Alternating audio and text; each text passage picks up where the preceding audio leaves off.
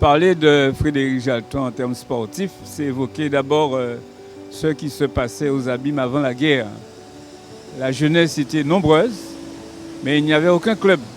En termes de football, c'était jouer ball dans les quartiers ou les courses marrons en matière cycliste. Les clubs qui étaient dans les autres communes recueillaient tous les jeunes des Abîmes. Les jeunes des Abîmes allaient jouer au football à la Red Star ou à la SS.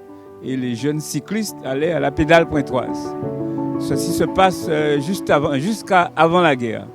En 1942, il y a un réflexe identitaire qui a émergé. Et les jeunes des Abîmes ont estimé qu'ils étaient nombreux et qu'ils pouvaient avoir leur propre club sur le territoire des Abîmes. C'est ainsi qu'en 1942 est né le Sirocco en football. En 1950 est née la JCA avec le docteur Céleste. Monsieur Jalton Frédéric était un jeune de l'époque, jouait comme tout le monde dans les clubs de quartier et regardait passer les courses cyclistes. En 1942, à 18 ans, il est parti faire ses études de médecine et il est revenu en 1952 et là, il a voulu s'engager de façon beaucoup plus approfondie dans le milieu sportif. C'est ainsi que dès 1953, il s'est retrouvé président de la jeunesse cycliste des Abîmes et ensuite, amoureux du football, il est entré à la Red Star où il a occupé la place de président de la Red Star. Une anecdote qu'il convient de rapporter, c'est qu'en 1962, il était président de la Red Star alors que son frère Jérémy était président du Sirocco. Et alors justement en 1962, à l'apparition de la Coupe de France en Guadeloupe, la première finale a opposé le Sirocco de Jérémy Jalton à la Red Star de Frédéric Jalton, deux frères qui se sont sur le plan sportif opposés. Donc, dans les années 50, Frédéric Jalton, président de la ICA, a eu beaucoup de joie.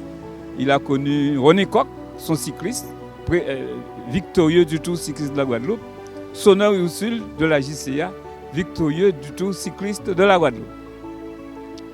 Ensuite, il est devenu maire en 1967 et en 1973, quand il est devenu député, il a dû laisser tomber les responsabilités directes. Parce qu'il avait d'autres choses. Et c'est là qu'il a donné l'impulsion à la commune dont il était maire, dans le domaine notamment de l'investissement. C'est là qu'a commencé à apparaître la création de stades. Le stade du Bourg qui a abrité plus tard les Jeux de la Guadeloupe. Et puis les stades de quartier, les petits terrains de jeux, d'air de jeux qu'on a trouvés un peu partout, autant au nord qu'au sud des Abîmes. Les années 80 ont vu l'explosion de la vie associative. Entre-temps, dans les années 70, grande joie de Frédéric Jalton en termes cyclistes, c'est Claire Valentin qui gagne 2 tours de la Guadeloupe, 2 tours de la Martinique, tour de Marie-Galante, qui était plus représentant de la Guadeloupe que représentant des Abîmes, puisqu'on le surclassait au sein de la sélection de la Guadeloupe.